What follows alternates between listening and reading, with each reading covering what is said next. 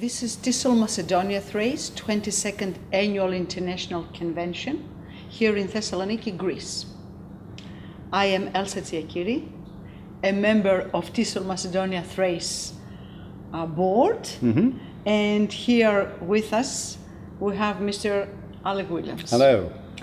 Welcome to Thessaloniki, Mr. Williams. Thank you. And to our convention. Thank you very much. It's an honor for our association to have you with us. Thank you. It's great to be here. I thought you wouldn't mind being interviewed in the corridors of Bissa Library. Not at all. Actually, I thought you would love the idea. That's why I took you here. Well, it's great because I used to be a librarian for many years. I've never been a teacher, but I've been a librarian, so this suits me down to the ground. I thought so. So what are your impressions from our convention? Oh, it's great. I'm really enjoying myself. There is a whole atmosphere which is so easy and relaxed, you know. I can tell the way the audience are adding comments and that I don't know whether you've worked to create this informality or whether it's just a natural part of the character, but it's not a stuffy convention. It's a really informal one, and I think that's the best place for learning to happen. Thank you. I think it's a combination of, both. Yes. In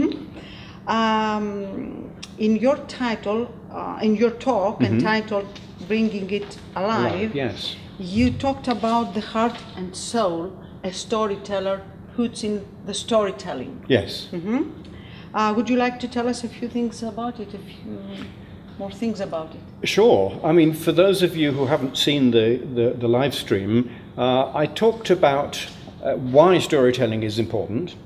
I also talked about the differences between using books, particularly picture books with young learners, and stories from memory.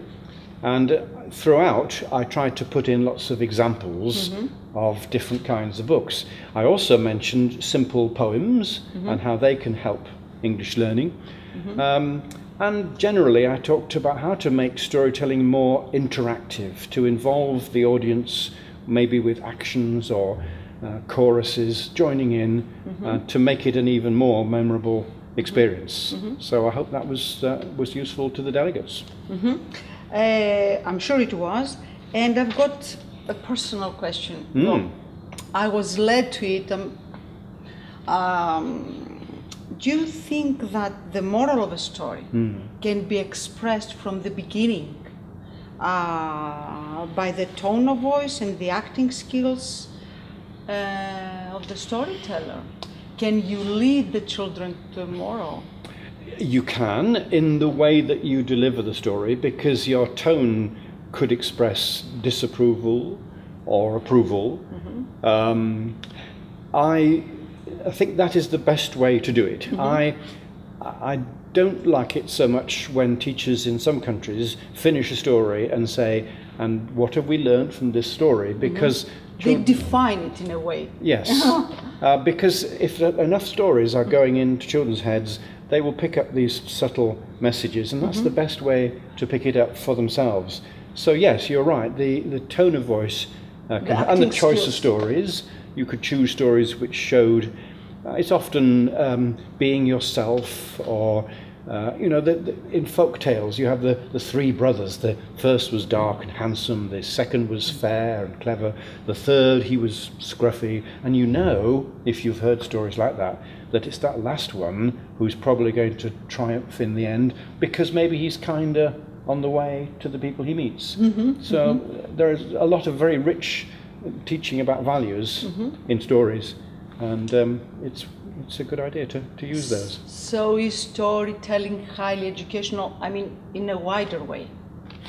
Not only when it comes to learning a language? I would argue that it is, and storytelling can enliven the whole curriculum. I made a list recently of all the different curriculum areas in the UK, and some of them will be similar to here, including maths and science and history, geography. And I can find stories for each one of those subject areas. So stories can help to bring any subject to life and they're so much more important than simply language learning. They're often the one thing you remember from your school time. You know, I've forgotten a lot of my chemistry or physics, but I can remember my English teacher reading some of those stories, and they stay with you. Who try to lead you to a moral.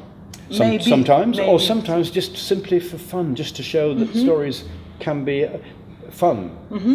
You know, we need to show... First of all. Yeah, because they do all those other things under the cloak of being fun. And sometimes you don't notice them, which is the best way. Yes, I agree with you. Do you have any advice for teachers on how to start using all these wonderful ideas you mentioned in your talk? Well, I suppose it depends on how experienced the teacher is. I know when in an earlier session of the convention, one of the speakers was asking how long the teachers had been teaching. And if there are people new to teaching, they may lack confidence in telling stories. That's why perhaps being mentored by someone who is more experienced can be useful. In my session, I asked people to swap favourite stories, so I hope even that exercise will have given a little bit more for people to go back. And if you are an experienced storyteller, I hope some of the stories I told will add to your repertoire. And there are other models. There are videos online of other storytellers, and you know, go to hear storytellers whenever you can. And teachers can find a lot of tips on your website. They can. There are some little extracts. Because I did my homework. Oh, that's so kind of you. Yes. And there were amazing tips, even for experienced teachers. Good. For storytelling, yes. Well, I think it's too important so they can visit your website. They're very welcome, yes, alecwilliams.co.uk, Yes. and they can have a look through. And they can find it on our blog, in your interviews, so they can find out on their own. Very happy. If it helps them in their school work, it will definitely help them. Now, in your opinion, what should the main focus of education be? Oh, gosh, that's a big question. You have to remember that my background is not teaching, so I'm quite relaxed about saying that education should be for life and not just to satisfy the requirements of any one country's curriculum.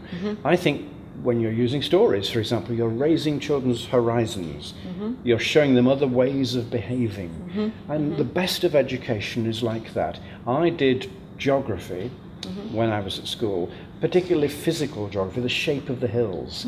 And I can't now go for a walk without seeing those shapes and knowing what they are. And the best education can do that. It can stay with you, it can change your view.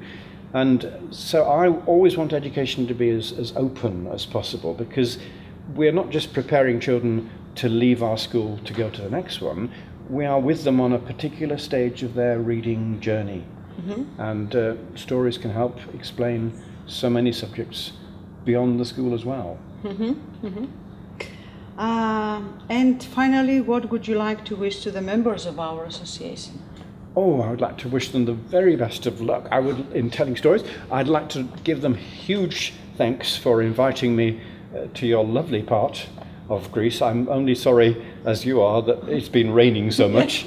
But I've had a wonderful welcome here, and I would say to members, I hope that was useful.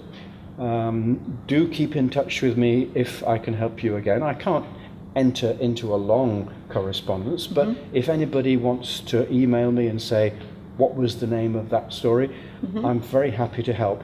And if there is any opportunity, maybe in future, who knows, to come back again, or to work in schools locally, I'd be very happy to do that. So the very best of luck to your teachers in using stories. So thank you, Mr. Williams. Thank you for being here. It's a great pleasure. And enjoy the rest of the convention. Thank you very much. I will.